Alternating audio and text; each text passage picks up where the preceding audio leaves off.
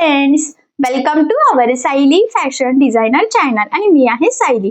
तर तुम्हा सगळ्यांचं आपल्या आजच्या नवीन अशा छानशा व्हिडिओमध्ये मी मनापासून खूप खूप स्वागत करते। तर कसे आहात तुम्ही? नक्कीच मस्त आणि मजेत असणार आहात। आणि आपल्या आजच्या छानशा व्हिडिओला सुरुवात करूया। सो बघा, मग खरं तर आज मी तुमच्यासोबत खूप सुंदर अशी ब्लाउज डिझाईन शेअर करणार आहे। बऱ्याचदा आपल्याला त्याच डिझाईन बघून खूप कंटाळा येतो, कस्टमरला सुद्धा युनिक वेगळ्या नवीन पद्धतीच्या डिझाईनची आयडिया द्यायची असेल तर कशी द्यावी हे सुचत नाही। तर आजची जी काही डिझाईन आहे खरं तर ही खूप सुंदर आहे आणि मी तुम्हाला या संपूर्ण डिझाईनची कटिंग आणि स्टिचिंग अतिशय सावकाश स्टेप बाय स्टेप आणि खूप काही महत्त्वाच्या टिप्स अँड ट्रिक्स सहित सांगणार आहे, जेणेकरून तुम्हाला आपला आजचा हा व्हिडिओ बघून अशी छानशी परफेक्ट ब्लाउज डिझाईन बनवणं खूपच सोपं जाईल। ठीक आहे, सो चला मग आता वेळ न घालवता आपण आपल्या आजच्या छानशा व्हिडिओला सुरुवात करूयात। आणि आपला आजचा हा व्हिडिओ तुम्ही स्किप न करता पूर्ण नक्की बघा, जेणेकरून तुम्हाला आपला आजचा हा व्हिडिओ बघून अशी छानशी लेटेस्ट ट्रेंडिंग डिझाईन बनवणं खूपच सोपं जाईल। ठीक आहे, सो चला मग आता आपण स्टार्ट करूयात। बघा, इथे तुम्ही बघू शकतात की हा आहे ब्लाउज पीस आणि याला एकदम छोटीशी बारीक अशी लेस आहे, म्हणजे तशी लेस साडीला पण आहे आणि ब्लाउजला सुद्धा दिलेली आहे। हे बघा, आता ही लेस सुद्धा आपण इथे बॅकनेकला वापरणार आहोत आणि खूप सुंदर अशी ट्रेंडिंग डिझाईन बनवणार आहोत। सो चला मग आता सगळ्यात आधी ॲक्च्युली ना इथे मी हा जो काही ब्लाउज आहे त्याचा बॅक पार्ट ऑलरेडी कटिंग करून घेतलेला आहे। तर अस्तर आणि मेन फॅब्रिक असं दोन्हींची बॅक पार्टची कटिंग झालेली आहे। आणि आता डिझाईन बनवण्याच्या आधी मी तुम्हाला सगळ्यात आधी या ब्लाउजचं मेजरमेंट कसं आहे ते सांगते, म्हणजे तुम्हाला तुमच्या मापानुसार ह्या डिझाईनसाठी कशा पद्धतीने कटिंग स्टिचिंग करावी तर हे सहजच लक्षात यावं यासाठी। तर बघा, आता हा जो काही ब्लाउज आहे तर त्या ब्लाउजची जी काही उंची आहे तर त्यामध्ये आपण 1 इंच मार्जिन ॲड केलं आहे। तुम्ही सुद्धा जी उंची असेल त्यामध्ये 1 इंच एक्स्ट्राचं मार्जिन ॲड करायचं। इथं उंची आहे 13, 1 इंच मार्जिन असं टोटल आपण 14 इंचाला मार्किंग करून घेतलेली आहे।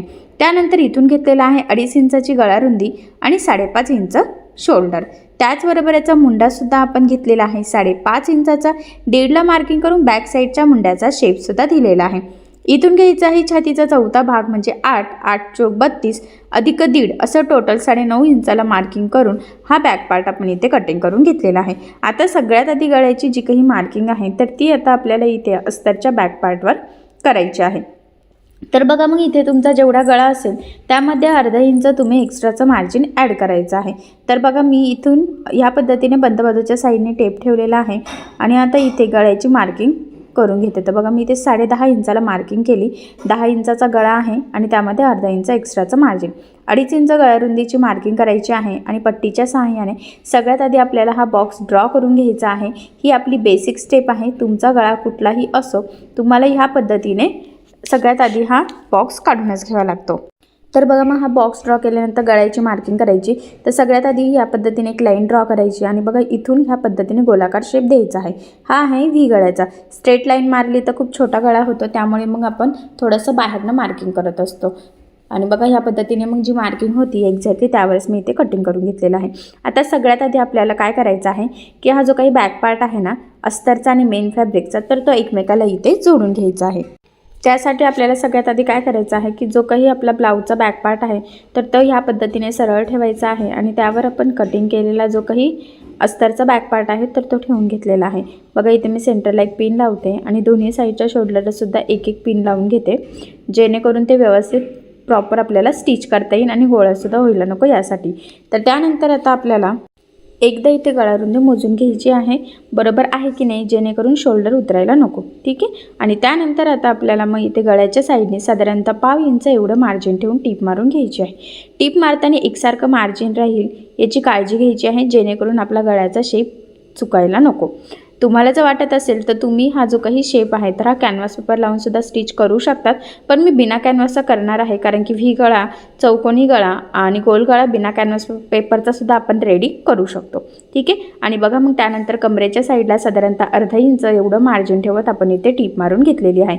या स्टेपमुळे काय होतं की गळा आणि कमरेचा पार्ट दोन्ही आपल्या सोबतच फिनिशिंग सहित रेडी होतं। त्यानंतर जो काही एक्स्ट्राचा आपला मेन फॅब्रिक आहे तर ते आपल्याला इथे खालच्या साईडचं बघा कट करून घ्यायचं आहे, म्हणजेच कमरेच्या साईडचा। आणि त्यानंतर गळ्याच्या मध्ये सुद्धा जो काही मेन फॅब्रिक म्हणजे ब्लाऊज पीसचा जो काही एक्स्ट्राचा कपडा आहे तर तो इथे आपल्याला कटिंग करून घ्यायचा आहे। आणि हा कट केल्यानंतर आपल्याला ह्या शेपला द्यायचे आहे छोटे छोटे कट्स, जेणेकरून ज्यावेळेस आपण हा बॅक पार्ट सरळ करू तर तो प्रॉपर फिनिशिंग सहित व्यवस्थित यावा, त्याचा आकार आपल्याला हवा आहे तसाच यावा, यासाठी ही स्टेप खूप इम्पॉर्टंट आहे. आणि बघा मग ह्या पद्धतीने हा बॅक पार्ट मी इथे सरळ करून घेतलेला आहे. सरळ केल्यानंतर कमरेच्या साईडला आणि गळ्याच्या साईडला तो व्यवस्थित बाहेर काढायचा आहे, व्यवस्थित प्रेस करायचा आहे. आणि सगळ्यात आधी आता आपल्याला इथे गळ्याच्या साईडला द्यायची आहे दाबटीप. तर बघा मग इथे दाबटीप देताना काळजी घ्यायची आहे की आपला जो काही अस्तरचा आतला कपडा आहे तर तो वरती दिसणार नाही, जेणेकरून आपली गळ्याची फिनिशिंग बिघडायला नको. फिनिशिंगसाठी ही खूपच महत्त्वाची टीप आहे, तर ही तुम्ही नोट डाऊन करून ठेवा. आता बघा गळ्याच्या साईडने दाबटीप दिल्यानंतर लगेचच आपण कमरेच्या साईडला सुद्धा इथे दाबटीप देऊन घेणार आहोत. आणि इथे सुद्धा अस्तरचा आतला कपडा वरती दिसणार नाही याची काळजी घ्यायची आहे. त्याचबरोबर आता इथे तुमच्या लक्षात येईल की बघा इथे गळा आणि कमरेचा पार्ट दोन्ही सोबतच रेडी होते, त्यामुळे ह्या पद्धतीने तुम्ही सुद्धा स्टिच करू शकता, जेणेकरून आपल्याला इथे कमरपट्टी लावण्याची सुद्धा गरज पडत नाही. तर बघा प्रॉपर फिनिशिंगचाही तिथे रेडी झालेला आहे. आणि आता आपल्याला मेन फॅब्रिक आणि अस्तर ह्या पद्धतीने कडेकडेने एकमेकाला जोडून घ्यायचं आहे. आता हे जोडताना जेवढं शक्य आहे तेवढं कमीत कमी मार्जिन पकडायचं आहे, कारण हे मार्जिन आपण कुठेही कॅल्क्युलेट केलेलं नसतं, म्हणून मग आपल्याला ब्लाऊज मार्जिनला कमी पडायला नको. आणि अजून एक म्हणजे की ते जोडताना कुठे गोळा होणार नाही याची सुद्धा आपल्याला काळजी घ्यायची आहे. त्यानंतर जे काही एक्स्ट्राचं आहे तर ते आपल्याला इथे कटिंग करून घ्यायचं आहे, कारण तुम्हाला सगळ्यांना माहीत आहे अस्तरवर आपण परफेक्ट कटिंग करत असतो आणि ब्लाऊज पीसचा कपडा आपण थोडंसं एक्स्ट्राचं मार्जिन ठेवून कटिंग करत असतो, जेणेकरून आपल्याला स्टिचिंगला सोपं जावं. म्हणूनच गळा रेडी झाल्यावर ह्या पद्धतीने अस्तर आणि मेन फॅब्रिक एकमेकाला जोडून परफेक्ट मापाचा बॅक पार्ट रेडी करायचा असतो आणि तो आपण इथे करून घेतलेला आहे. ठीक आहे. आता हा जो काही पार्ट आहे ना तर हा मी साईडला ठेवते. आणि बघा गळ्याच्या मधले जो काही कपडा उरलेला होता तर तो आता इथे घेत आहे. तर तो ह्या पद्धतीने मी फोल्ड केलेला आहे. आणि आता थोडंसं एक्स्ट्राचं मी त्याचं इथे कट करून घेते, कारण की एवढं आपल्याला सफिशियंट आहे. तर तो उलटा करायचा आहे. आणि बघा इथून 1/2 इंच एवढं मार्जिन ठेवून आपल्याला सिंपल टिप मारायची आहे. फक्त बघा मी इथे थोडासा गॅप ठेवलेला आहे, म्हणजे ओपन ठेवलेला आहे, तिथे टिप टाकलेली नाही आहे, कारण तिथून आपल्याला हा पार्ट सरळ करता यावा यासाठी. टिप मारल्यानंतर बघा मग आता मी कानाकोपऱ्याला थोडेसे कट मारले आणि जिथे ओपन ठेवलं होतं ना तर तिथून आपल्याला हा छोटासा पार्ट सरळ करून घ्यायचा आहे. तर मी इथे छोटंसं स्क्रूड्रायव्हर घेतलेलं आहे, जे काही कानाकोपऱ्या आहेत ना तर ते शार्पली बाहेर काढण्यासाठी. तुम्ही सुद्धा एखादी कुठली पण शार्प गोष्ट इथे यूज करू शकतात. ठीक आहे. हे बघा ह्या पद्धतीने अलगद अलगद प्रेस करायचं आहे, खूप जोरात प्रेस करायचं नाही आहे, नाहीतर ते फाटण्याचे चान्सेस असतात. आता बघा मग प्रॉपर फिनिशिंगचं इथे अलगद अलगद हळूहळू सरळ करून घेतलेला आहे. आणि आता आपल्याला इथे द्यायची आहे दाबटीप. तर इथे दाबटीप व्यवस्थित याची काळजी घ्यायची आहे. आणि जो काही पार्ट आपला ओपन होता तर तो सुद्धा आतमध्ये फोल्ड करून आपण इथे दाबटीप देत आहोत. खरं तर त्यासाठीच आपल्याला इथे दाबटीप देण्याची गरज पडलेली आहे. तर बघा मग इथे दाबटीप दिलेली आहे. आणि आता आपल्याला ह्या पद्धतीने फोल्ड करून सेंटरची एक मार्किंग करायची आहे. आणि बघा छोटे छोटे प्लेट्स टाकायचे आहे. इथे ॲक्च्युली आपल्याला बो रेडी करून घ्यायचं आहे. तर बघा मग मध्यभागी मी इथे 2-3 वेळेस टिपा टाकून हे व्यवस्थित लॉक करून घेतलेलं आहे. तुम्ही सुई धाग्याने सुद्धा पॅक करू शकतात, पण असं पण रेडी होतं, त्यामुळे मग मी असा इथे बो रेडी करून घेतला. त्यानंतर आता थोडासा अजून कपडा लागणार आहे ब्लाऊज पीसचा, तर तो मी इथे कटिंग करून घेते. तर बघा मग ते डबल फोल्ड करून घेतलेला आहे आणि इथून गोलाकार शेप द्यायचा आहे बघा. त्यानंतर पट्टीच्या साहाय्याने मी एक लाईन ड्रॉ करते आणि पुन्हा इथून हा गोलाकार दिला की दुसऱ्या साईडने थोडंसं आतमध्ये आणायचं आहे बघा. आणि पुन्हा मग मी बाहेर काढत टिप टाकलेली आहे आणि पुन्हा गोलाकार शेप दिलेला आहे. आता जे काही आपला जो काही मार्किंग केलेली आहे ना एक्झॅक्टली त्यावरच टिप मारायचं आहे बघा आपल्याला गोलाकार शेप. त्यानंतर आतली टिप म्हणजे जी काही आतली मार्किंग होती ना तिरकस, तर तिथे आपण इथे टिप मारलेली आहे. आता आपण हे जे काही बोसोबत नॉट असतं ना तर ते बनवून घेत आहोत. आणि बघा मग टिप मारल्यानंतर एक्स्ट्राचं मी इथे कट करते. एक लाईन एवढं मार्जिन आपल्याला इथे ठेवायचं आहे. ठीक आहे. आणि आता बरोबर मध्यभागी मी कट केलेला आहे आणि आता स्क्रूड्रायव्हरच्या साहाय्याने हे सरळ करून घेते आहे. तर त्याचेसुद्धा कानेकोपरे व्यवस्थित आपल्याला बाहेर काढायचे आहे. तुम्हाला जर वाटत असेल तर तुम्ही हे सरळ केल्यानंतर तिथे दाबटीपसुद्धा देऊ शकतात, पण मी काही देणार नाही आहे कारण गरज पडत नाही आहे. मी सिंपल हाताने इथे प्रेस करून घेतलेलं आहे. एक साईडचं झालं सेम त्याच पद्धतीने दुसऱ्या साईडचं सुद्धा आपण इथे बाहेर काढून घेऊयात. आणि हे नॉट तिरकेच आपण थोडेसे कट केलेले आहे, लक्षात राहू द्या, जशी मार्किंग केली होती ना एकदम तसंच. आणि ह्या पद्धतीने कानाकोपरे व्यवस्थित प्रेस करून बाहेर काढले. आता हे नॉटसुद्धा रेडी झालेले आहे आणि आपला बोसुद्धा इथे रेडी झालेला आहे. त्यानंतर आता आपल्याला बघा थोडासा ब्लाऊज पीसचा कपडा घ्यायचा आहे आणि बघा 2x2 किंवा 1.5x1.5 म्हटलं तरीसुद्धा चालेल. एवढे आपल्याला छोटे छोटे चौकोन इथे रेडी करून घ्यायचे आहे बघा. ठीक आहे. आणि यापासून आता आपल्याला बनवायचे आहे छोटे छोटे पोटली बटन्स. तर बघा हे जे काही आपण बॉल असतं बघा थर्मोकॉलचं बड्डेला वगैरे यूज करतो, तर त्यापासून आपण इथे पोटली बटन्स बनवतो बघा. या पद्धतीने पॅक केलं, त्यानंतर धाग्याने बऱ्याच वेळ गुंडाळून घ्यायचं आहे आणि त्यानंतर एक्स्ट्राचं कट करायचं. तर ह्या पद्धतीने बघा पोटली बटन बनवलेलं आहे. अजून एक बनवून दाखवते बघा. बरोबर ते पॅक करायचं आहे, फिरवायचं आहे, धाग्याने व्यवस्थित एकदम पॅक करून घ्यायचं आहे. मॅचिंग धागा शक्यतो यूज करायचा आहे. आणि बघा मग हे दुसरंसुद्धा रेडी झालं. सेम ह्याच पद्धतीने आता उरलेले आपण सगळे पोटली बटन्स इथे रेडी करून घेऊयात. तर बघा मग फायनली आपण भरपूर सारे पोटली बटन्स इथे बनवून घेतलेले आहे. हे सगळे एकाच शेपमध्ये व्यवस्थित रेडी झालेले आहे. त्यामुळे शक्यतो थर्मोकॉलच्या बॉलपासून बनवायचे म्हणजे सेम रेडी होतात. कारण बऱ्याचदा आपण छोट्याशा कपड्यांच्या तुकड्यापासून सुद्धा बनवू शकतो, पण हे थर्मोकॉलच्या बॉलने पोटली बटन्स बनवणं आपल्याला खूप सोपं जातं, कारण की ते एकसारखे छान रेडी होतात. त्यामुळे डिझाईनला फिनिशिंगसुद्धा नक्कीच येते. तर बघा इथे बो पण रेडी आहे, नॉट पण रेडी आहे आणि आपले पोटली बटनसुद्धा रेडी आहे. तर आता आपण हे ब्लाऊजला लावायला सुरुवात करूयात. तर बघा मग एवढे जे काय आहे ना पोटली बटन्स, तर ते आपण सेम इथे काउंट करून घेऊयात. म्हणजे 14-14 एका साईडला येत आहे वाटतं, 14-14 किंवा 15-15. म्हणजे कसं ना सेंटरपासून आपल्याला मोजून लावले की आपलं डिझाईन व्यवस्थित फिनिशिंग सहित रेडी व्हावं यासाठी.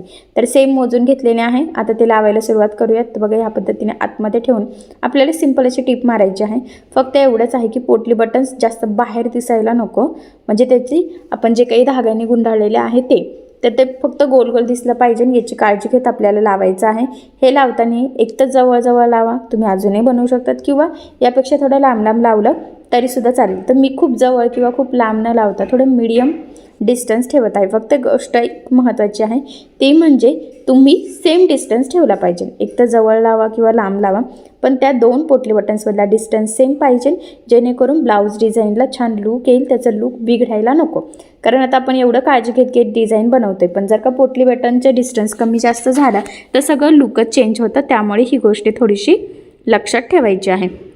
आणि व्यवस्थित एक एक पकडत बघा आपण आतमध्ये फोल्ड करत ठेवत इथे टीप मारून घेत आहोत. तर बघा एक लास्टचा आता आपण इथे सेंटरला लावूयात. आता मी सुई उचलून हा बॅक पार्ट इथे फिरवून घेते आणि मग बरोबर आता पुन्हा दुसऱ्या साईडच्या सेंटरपासून लावायला सुरुवात करते. ठीक आहे. तर तुम्हाला थोडंसं दिसतच असेल की कशा पद्धतीने आपण एका साईडला लावलेले आहे. सेम तसंच डिस्टन्स लक्षात ठेवायचं आहे आणि त्याच पद्धतीने व्यवस्थित एक एक पोटली बटन्स ठेवत आपल्याला टिप मारत इथे संपूर्ण गळ्याला पोटली बटन्स लावून घ्यायचे आहे. तर बघा आता तुम्ही साडीला मॅच होणारा कॉन्ट्रास्ट एखादा कपडा असेल तर त्यापासून सुद्धा इथे पोटली बटन्स यूज करू शकता. म्हणजे ब्लाऊजचा कलर वेगळा आणि पोटली बटन्सचा कलर वेगळा असं केलं तरीसुद्धा चालेलच.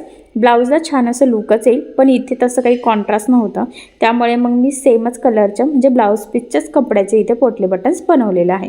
साडी जर तुमच्याशी प्लेन वगैरे असेल कॉन्ट्रास्ट, तर मग तुम्ही साडीच्या कपड्यापासून सुद्धा हे छान असे एकसारखे दिसणारे पोटली बटन्स नक्कीच बनवू शकतात. आणि फायनली बघा आपण इथे गळ्याला खूप सुंदर असं फिनिशिंग सहित हे संपूर्ण पोटली बटन्स लावून घेतलेलं आहे. आणि पोटली बटनपासून तयार होणारे डिझाईनसुद्धा खूप छान दिसते, तरी तुम्ही सुद्धा नक्की ट्राय करू शकतात. आता बघा ही जी काही पोटली बटन्स आहे ना, तर त्याच्या शेजारून अजून एक आपण टिप मारून घेऊयात, म्हणजे ते पोटली बटन्स व्यवस्थित गळ्याला पॅक होतील डबल टिप मारल्यामुळे. तर मी थोडासा डिस्टन्स ठेवून लावलेला आहे, म्हणजेच 1/2 मीटर एवढं मार्जिन ठेवत आपण इथे बघा टिप मारून घेतली आहे.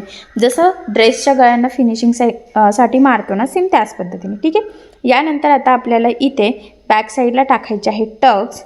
तर जे काही थोडे थोडे पोटली बटन्स एक्स्ट्रा दिसत आहेत आतल्या साईडने कपडा, तर तो तुम्ही कटसुद्धा करू शकता. ठीक आहे. तर बघा सेंटरपासून 4.5 आणि उभं 4 इंचाच्या टक्सची मार्किंग केलेली आहे आणि बरोबर त्यावरच फोल्ड करत आपण इथे टक्स टाकून घेऊयात. तर लक्षात राहू द्या टक्सला मी डबल टिप द्यायची आहे. स्टार्टिंगला एंडिंगला व्यवस्थित लॉकसुद्धा करायचं आहे, जेणेकरून टक्स लवकर खराब होण्याचे किंवा उसवण्याचे चान्सेस राहणार नाही. याचाच अर्थ आपला ब्लाऊजसुद्धा लवकर खराब होणार नाही. ठीक आहे. तर बघा मग दोन्ही साईडला प्रॉपर फिनिशिंग सहित आपण इथे टक्स टाकून घेतलेले आहेत. त्यानंतर आता आपल्याला ही जी काही लेस आहे ना ब्लाऊजची, तर ती लावून घ्यायची आहे. तर बघा तुम्ही गळ्याला पण लावू शकतात जर का जास्त असेल तर, पण इथे गळ्याला नव्हती पुरत, त्यामुळे मी इथे कमरेच्या साईडला लावून घेत आहे आणि ह्या पद्धतीत व्यवस्थित इथे आता मी दुसऱ्या साईडला सुद्धा टीप टाकते. लक्षात राहू द्या कमरेच्या साईडला जेव्हा पण लेस लावाल तर टक्स टाकल्यानंतरच लावायची आहे. ठीक आहे. तर बघा प्रॉपर फिनिशिंग सहित आपण ही लेस लावून घेतलेली आहे. तर ही ब्लाऊजचीच लेस आहे. त्यानंतर काय करायचं आहे, जे काही नॉट आपण तयार केले होते बघा याच्यासाठी मध्ये लावण्यासाठी, तर ते बरोबर सेंटरला आपल्याला स्टार्टिंग एंडिंगला लॉक करत लावून घ्यायचे आहे. त्यानंतर हा बो आपल्याला तिथे फिक्स करायचा आहे. तर तो आपल्याला डायरेक्ट सुई धाग्यानेच पॅक करायचा आहे. आणि अजून एक महत्त्वाचं म्हणजे इथे गळ्याला सुद्धा आपण एक लेस लावून घेऊयात. तुम्ही नाही लावली तरीसुद्धा चालेल किंवा लावली तरीसुद्धा चालेल. तर मी इथे सिंपल अशी गोल्डन एक लेस घेते, जेणेकरून आपल्या ब्लाऊजला अजूनच छान असं लूक येईल. कारण कमरेच्या साईडला जी काही लेस लावली आहे त्यामध्ये गोल्डन असं थोडंसं स्टोन आहेत. त्यामुळे म्हटलं की चला गोल्डनच आपण इथे गळ्याला लावूयात, जेणेकरून ते छान असं मॅच पण होईल आणि ब्लाऊजला अजून सुंदर लूकसुद्धा येईल. तर छोटीशी सिंपल लेस घेतलेली आहे, खूप काही डिझायनर नाही आहे. फक्त एवढंच आहे की मॅचिंग दोरा मी इथे ओवून घेतलेला आहे आणि ह्या पद्धतीने व्यवस्थित एकसारखं पकडत अतिशय सावकाश, कारण बऱ्याचदा काय होतं की आपला शेप ब्लाऊजचा छान येतो पण लेस व्यवस्थित लागलं न गेल्यामुळे आपलं ब्लाऊजचं लूक जातं, गळा चेंज होऊ शकतो. सो तसं होऊ नये त्यासाठी व्यवस्थित काळजीपूर्वक आपल्याला इथे ही लेस लावून घ्यायची आहे. आणि बघा मग व्यवस्थित आपण इथे लावून घेतलेली आहे. कोपऱ्यावर व्यवस्थित फोल्डसुद्धा केलेली आहे. ठीक आहे. आता ही लेस लावल्यानंतर आपल्याला ह्या लेसला डबल टिपसुद्धा इथे देऊन घ्यायची आहे. कारण मी नेहमीच सांगत असते की लेस जाड बारीक कशीही असो शक्यतो डबल टिप देत चालायची. त्याचे 1-2 फायदे असतात की लेस व्यवस्थित पॅक लागली जाते, ती तरंगतसुद्धा नाही, जेणेकरून आपली फिनिशिंगसुद्धा छान येते. तर बघा एकदम प्रॉपर फिनिशिंग सहित आपण इथे फायनली गळ्याच्या शेपला सुद्धा एक सिंपल अशी गोल्डन कलरची लेस लावून घेतलेली आहे. आता यानंतर काय करायचं आहे आपल्याला, आपण जो काही बो रेडी केला होता तर तो लावून घ्यायचा आहे. तर मी आत्ताच म्हटलं तुम्हाला तो आपल्याला सुई धाग्याने लावायचा आहे, कारण मशीनने तो डायरेक्ट लावणं आपल्याला शक्य होणार नाही. त्यामुळे मग मी इथे मॅचिंग दोरा घेते. तर तो दोरा मी 4 पदरी इथे ओवून घेते, म्हणजे 2-3 टाके टाकले तरीसुद्धा बो व्यवस्थित आपला पॅक व्हावा यासाठी. तर बघा इथे दोरा ओवून घेतल्यानंतर मी हा बो बरोबर सेंटरलाच लावून घेणार आहे. हे बघा ह्या पद्धतीने सुई ओवली आणि 2-3 टाके टाकून आता आपण हा पॅक करून घेऊयात. तर व्यवस्थित काळजीपूर्वक पॅक करायचा आहे. आणि हा पॅक केल्यानंतरच लगेचच आपण सुई धाग्याने इथे सेंटरला एक गोल्डन कलरचं बटनसुद्धा लावून घेऊयात, म्हणजे त्याला छान असं लूक येईल आपल्या बोला. ठीक आहे. तर बघा मग हा बो आपण इथे पॅक केलेला आहे आणि मी सांगितल्याप्रमाणे इथे आपण एक सेंटरला सिंपल असं गोल्डन बटन लावणार आहोत. सो फायनली बघा इथे खूप सुंदर अशी आपली ही जी काही बॅकनेक डिझाईन आहे ती ही रेडी झालेली आहे. तर मी तुम्हाला थोडंसं जवळून लूक दाखवते.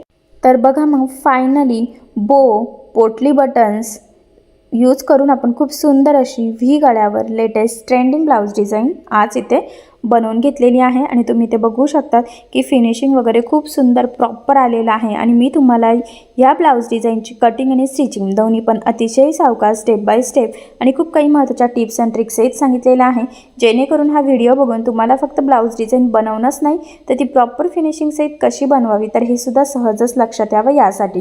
तर ही डिझाईन खूप सोपी आहे, याची कटिंग स्टिचिंगची पद्धतसुद्धा खूप सोपी आहे. सो तुम्ही नक्की ट्राय करून बघा. नक्कीच ह्या ब्लाऊज डिझाईनमुळे तुमच्या साडीला आणि ब्लाऊजला खूपच सुंदर असं लूक येईल. आणि जर तुम्हाला काही प्रॉब्लेम येत असेल तर मला कमेंट करून नक्कीच करा. सो बघा मग फायनली आपली डिझाईन रेडी झालेली आहे.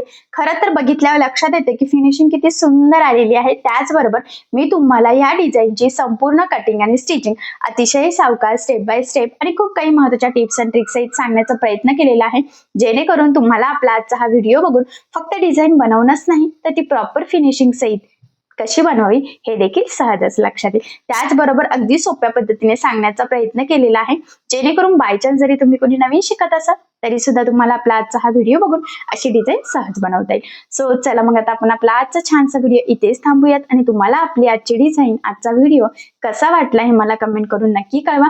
त्याचबरोबर आपला व्हिडिओ आवडला असेल तर व्हिडिओला लाईक करायला विसरू नका. आणि असेच नवनवीन छानसे व्हिडिओज बघण्यासाठी आपल्या सायली फॅशन डिझायनर या चॅनलला सबस्क्राईब करा. आणि ज्यावेळेस तुम्ही सबस्क्राईब कराल त्यावेळेस त्यासमोरील बेल आयकॉन ही नक्की प्रेस करा.